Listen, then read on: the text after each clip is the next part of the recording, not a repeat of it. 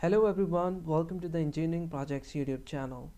In this tutorial, we will add a drop down here to mention the status of this post which we are going to create.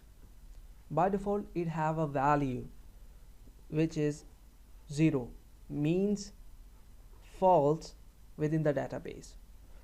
As you remember, in the previous video tutorial, we have created a status bit which have true or false value. So 0 is for false and 1 is for true. So by default it is false. We are not going to create any table in which we are going to store status values. So we will hard code that here. So let's go to the post controller and open the index page. We are closing everything right now. Here is the dashboard, here is the post controller, location, menu. Okay, in the index, here we have a create feature. This is the create feature. We will copy this, paste it, and create select.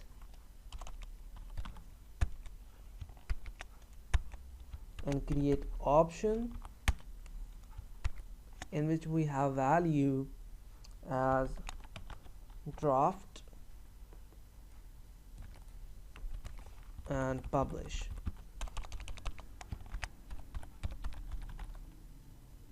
Okay,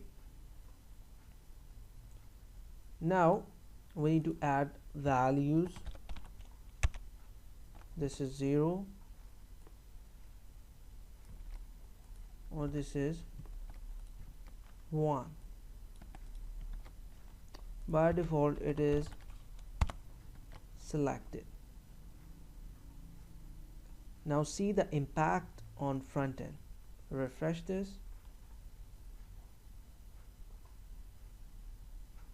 In create so we can see we have draft and publish. If I will call it, we will get some result. So for that I will add a name here and name it as status, and also add class from control.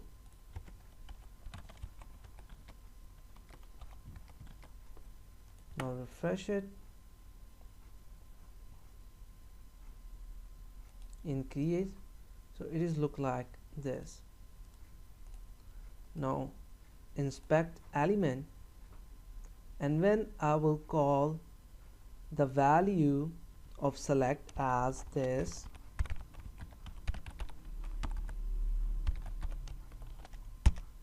it's returning me 10. Okay, I think there are other selects too. Okay, so we have 3 selects, and this is the select which we are looking for.